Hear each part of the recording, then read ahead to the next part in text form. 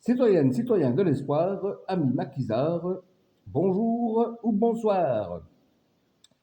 Vous connaissez la différence entre un dissident et un résistant? Le dissident, la chose la plus chère qu'il puisse mettre en jeu, c'est sa liberté. Donc, si ça se passe mal pour lui, ben, il peut perdre la liberté. Tandis qu'un résistant, la plus grande chose qu'il met en jeu et qu'il puisse perdre, c'est sa vie. Voyez-vous? Bon, je ne suis pas résistant, je suis dissident par rapport aux propos que je tiens sur ma chaîne. Je vous dis ça parce que je remarque de plus en plus que de gauche et de droite, il y a pas mal de dissidents, souvent très proches du pouvoir, qu'on retrouve suicidés dans des conditions assez bizarres, voyez-vous. Et suite à ça, je vois que pas mal de dissidents sur le net disent maintenant qu'ils ne sont pas suicidaires, voyez-vous. De plus en plus, il y en a qui disent ça. Bon, alors est-ce que je devrais faire pareil?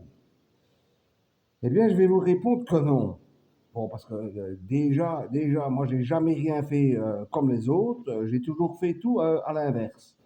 Ne serait-ce que par rapport à cette monstrueuse gestion politico-sanitaire Covid-19. Oui, j'ai bien dit politico, hein, parce que quand le politique met sa main dans la culotte du scientifique, c'est la bérésine. Hein.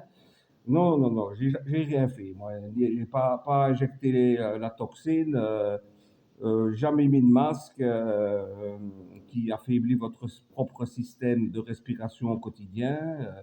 J'ai pas fait le couvre-feu, au contraire, et je n'ai jamais eu besoin de ce passe nasitaire. Voyez-vous, j'ai tout fait le contraire de la bien-pensance, quoi. Tout le contraire.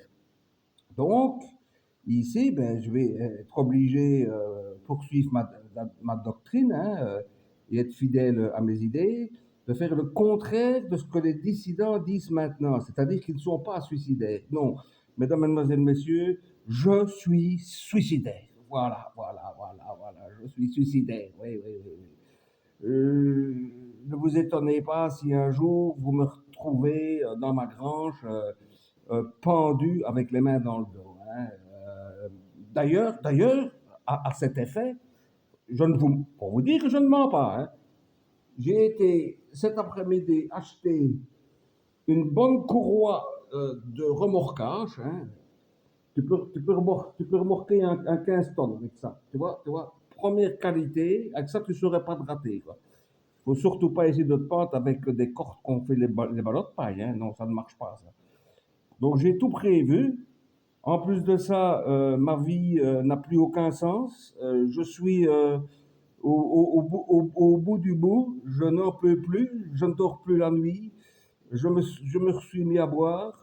Je prends des médicaments antidépresseurs, qu'ils appellent ça. Voyez-vous, j'en avale 2 boîtes par jour.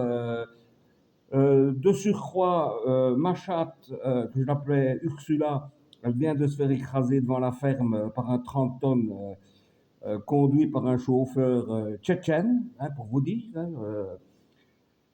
donc, voyez-vous, je n'en peux plus et je ne veux plus vivre dans cette société qui devient complètement folle et de plus en plus fascisante. Je ne m'y retrouve plus. Où sont les années 80? Plus rien ne va dans ma vie. Je broie des idées noires. J'en ai marre. Il n'y a plus que des mauvaises nouvelles à la télévision.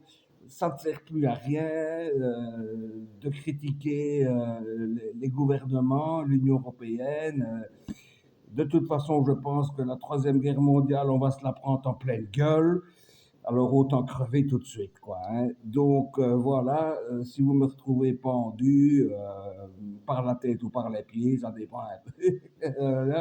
Ben, il ne faudra pas vous étonner, quoi. Hein. Donc je suis suicidaire.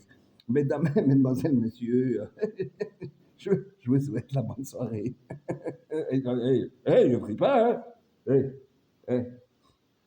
Tu peux tirer à 15 tonnes avec ça, tu vois. Et comme je pèse 83 kilos, ça devrait aller. Hein. Ciao.